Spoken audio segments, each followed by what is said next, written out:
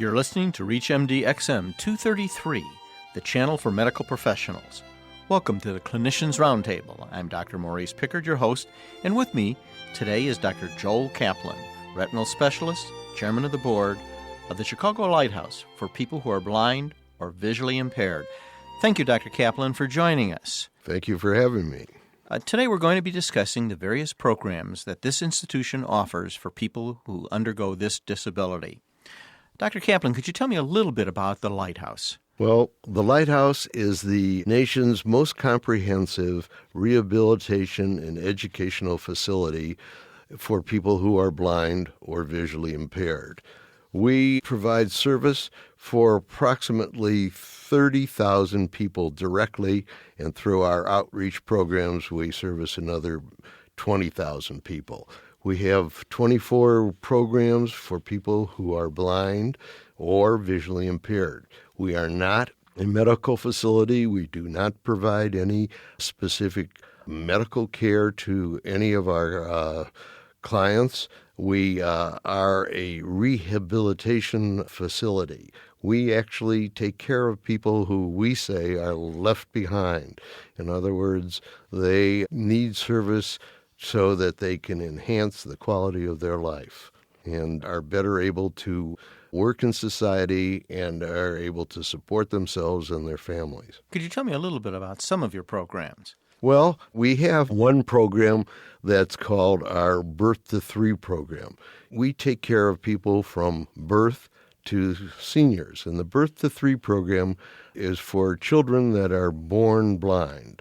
And that program starts with a teacher going out to the home to really educate the parent, because most of the time the child is the first blind individual that the parent really has any close association with, and they need to have support and also need training as to how to raise this child so the child can eventually mainstream in the educational facilities. I'm interested in that in the sense that NICUs, neonatal intensive care units, have become very good at taking care of babies 24 to 28 weeks, that is 1 to 2 week old babies.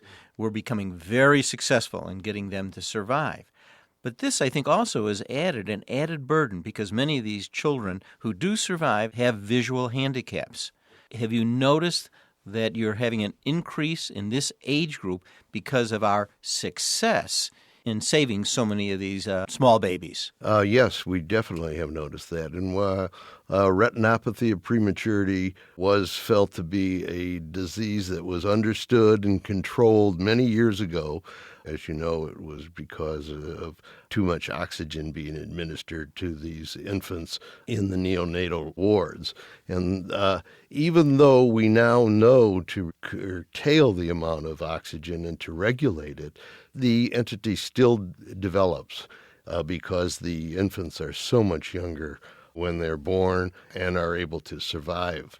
And so we do have a number of children in our program. We actually have 150, and we have a waiting list of about 75. And if we had more teachers, we would be able to accommodate these families. But right now we're just struggling to provide enough educational personnel to handle the ones we have. What are some of your other programs? Besides that, we have a actual school, an accredited school, that we take care of about 35 children ranging in age from 5 to 18. Now, these children are not only blind, but they have other disabilities. They must have more than one disability besides blindness. And this is a program where we practically have one-to-one teaching and aids for these students. These are markedly disabled students. So that's a program that we do, and we're very proud of that fact. We also have a program that we provide all of the reading materials and the computer materials and other learning materials for the blind students throughout the entire state of Illinois. So There are approximately a little over 4,000 blind or visually impaired students in Illinois, and we provide them with all of their school materials, and we house that program on our campus and then send the material out to the individual schools. We also have a program that's called Lighthouse Industries, where we employ people to manufacture various products. We are the sole manufacturer of wall clocks for every government facility in the United States.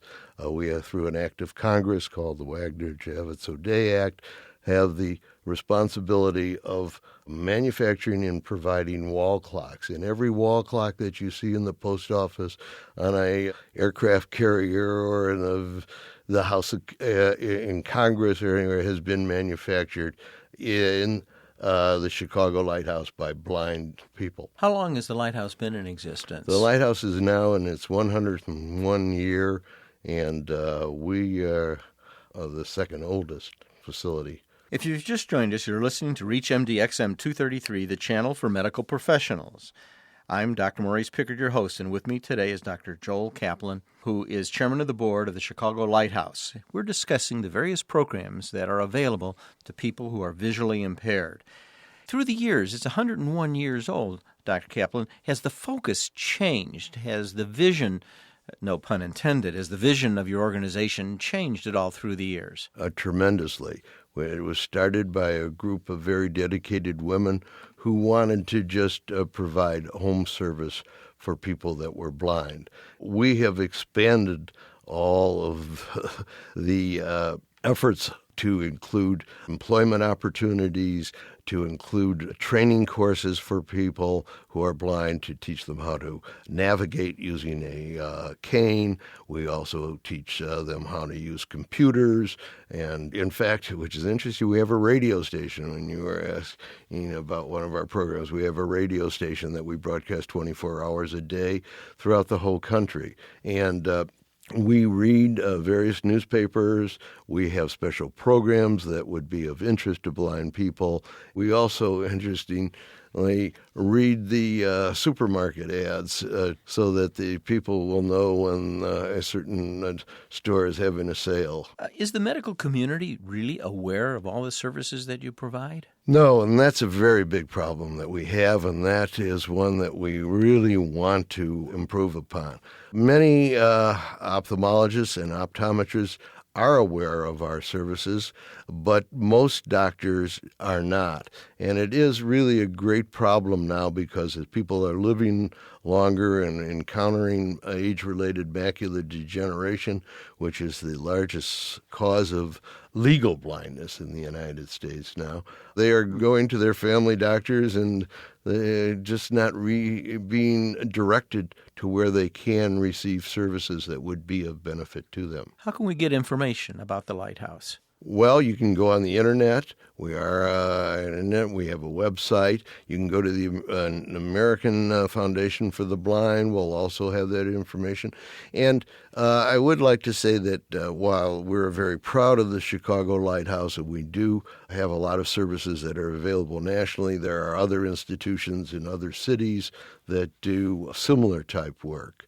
If we, a doctor or a family, called you and they're not in the Chicago area, you could direct them to where they geographically could go. Oh, yes. They could go to call us at the Chicago Lighthouse, or they could look up American Foundation for the Blind, would also be able to direct them on the internet. When should a patient who is visually impaired begin to think about rehabilitation for his visual loss? Is it too early, too late? Very often in my practice, I would run across patients who you didn't want to kill the messenger, and so very often the patient wasn't informed about what might happen 10 years down the road with his particular eye disease. Well, as you know, you can never inform people too early, and if one is forewarned, they are better able to manage it, and the family is better able to cope with the problem. Because it is a problem, especially for older people who develop macular degeneration because they are no longer able to drive and they don't want to give up their wheels until they're actually forced to. So it's good for people to have knowledge about the entity and that it's a slowly progressive situation usually, but then can have episodes where it progresses quite rapidly. But if the family was aware that they're having a problem, they can help them adjust and help them learn maybe computer skills where they never had those before. And because with a computer you can enlarge the font to a greater size, and you're able to read material that you heretofore would not have been. And also there are devices that are readers or scanners that people can put any material under and can follow it and can read it. 2/3 of the people who are visually impaired are women, and women are known as the caregivers. So I can't help but feel that there must be a ripple effect throughout a family when a woman in particular begins to become visually impaired. You become involved in various social aspects of what can happen within a family where the woman in particular begins to become visually impaired. It is quite a problem, but there is help because with their visual impairment, sometimes they feel insecure in cooking. As you just mentioned, Maria, usually the one that provides the meals for themselves or their spouse.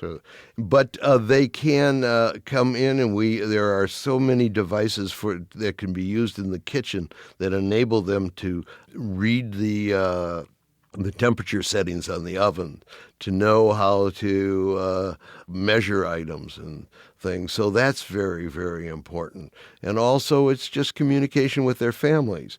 And if they can learn to use email or can instant message with their grandchildren, they're very, very excited about that. And it's amazing to see the ability and the ease which seniors who have a visual problem are able to learn computer skills. Does your organization do anything about the social isolation that probably affects people who are visually impaired? Well, we try to, and we do have programs for people. We do have events at the Lighthouse where, especially for people of lower economic status, we do provide them with meals. We do provide breakfast and lunch for those people who are blind or visually impaired that are unable to get it on their own, although it is a problem of getting the people to the institution. But when we are able, we do that.